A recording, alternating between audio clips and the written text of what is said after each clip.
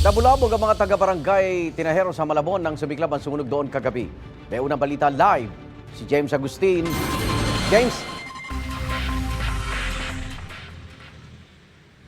Igan, iniimbestigahan pa ng Bureau of Fire Protection yung sanhi ng apoy na tumupok sa isang paupahang bahay.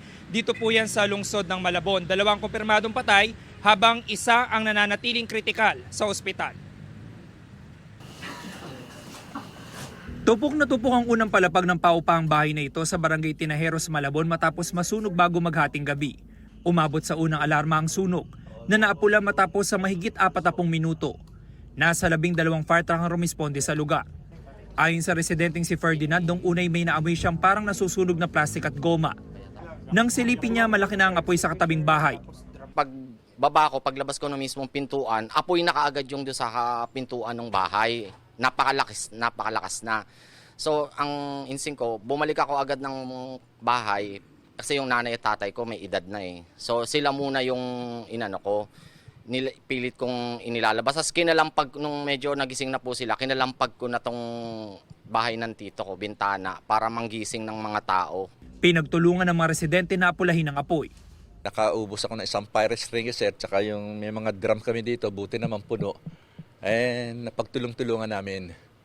Talagang napakainit. Ubos yung ibaba. Sa kasagsagan ng sunog na trap sa ikalawang palapag ang 2 batang babae at kanilang yaya. Ang 6 na taong gulang na bata, idinaan sa terrace. Nagtamo siya ng mga paso sa katawan.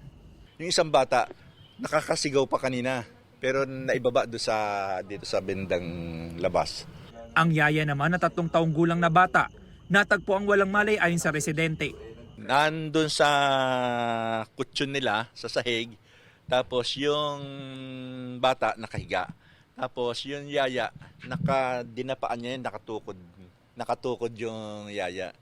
Pero wala, hindi na sila gumagalaw eh. Binuhat ko na yung bata, ibinaba ko na. Nakatalokbong ako ng makapal na blanket, pero mainit pa rin. Isinugod ang 3 sa mga ospital. Ayon sa BFP, nasawi ang yaya at 3 taong gulang na bata. Inoobserbahan naman ang 6 na taong gulang na bata. Inaalam pa ng BFP ang sanhi ng apoy.